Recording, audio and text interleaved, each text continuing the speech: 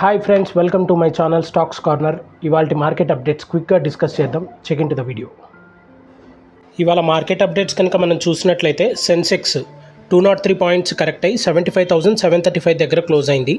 Nifty 50 19.75 points correct అయ్యి 22,913 దగ్గర close అయింది. బ్యాంక్ నిఫ్టీ 235 పాయింట్స్ కరెక్ట్ అయ్యి 49,334 దగ్గర క్లోజ్ అయింది. Nifty mid cap 100 636 points correct అయ్యి 51,163 దగ్గర క్లోజ్ అయింది. అలాగే నిఫ్టీ ఫార్మా 34 పాయింట్స్ కరెక్ట్ అయ్యి 20,785 దగ్గర క్లోజ్ అయింది.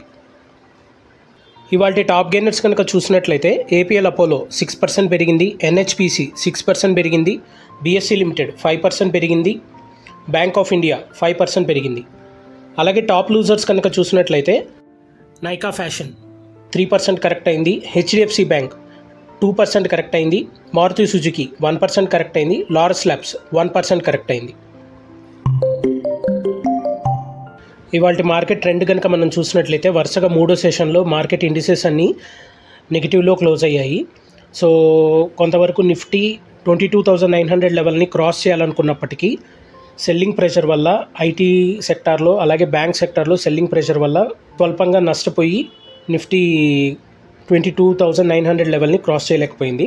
సో సెన్సెక్స్ 203 పాయింట్స్ కరెక్ట్ అయితే నిఫ్టీ వచ్చేసి 19.75 పాయింట్స్ అనేది కరెక్ట్ అయింది. సో మేజర్గా HDFC bank, Maruti Suzuki, Tech Mahindra, HCL technologies, Tata consumers అనేవి నష్టపోయాయి. అలాగే Shriram finance, NTPC, Adani ports, MNM, Bharat electronic షేర్లు పెరిగాయి. ఇలాంటి డైలీ అప్డేట్స్ కోసం మార్కెట్ అప్డేట్ గురించి, డైలీ యాక్టివిటీస్ గురించి తెలుసుకోవాలి, నాలెడ్జ్ గెయిన్ చేయాలి అనుకుంటే మన ఛానల్ని సబ్స్క్రైబ్ చేయండి. Stocks corner by Shivanath. Thank you.